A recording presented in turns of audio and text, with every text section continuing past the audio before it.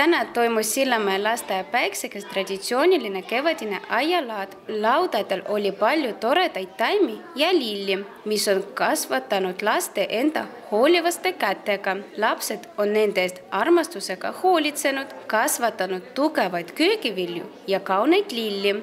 Laadadel on kogunenud palju aednikke ja linnarahvaid ja huvilisi, kes soovisid oma aeda kaunistada ja kasvatada rikkalikke saagi. Üritus algas vahva mesilaste rühmaga, laste esinemisega, mis tõi kõigile rõõmu ja kevadiste meeleolu. Kõik osalejad on saanud рымсat tuju ja toredat oste. Сегодня проходит у нас уже традиционная ярмарка. Детки вместе с воспитателями вырастили рассаду, различные растения, цветы, ухаживали за ними, старались. И теперь у нас пришли на нашу ярмарку заинтересованные жители, все, не только родители, но и жители города, садоводы. И деньги, полученные от ярмарки, пойдут на приобретение игрового оборудования на территории детского сада. Огромная благодарность и деткам, и родителям, и педагогам за вклад в нашу ярмарку.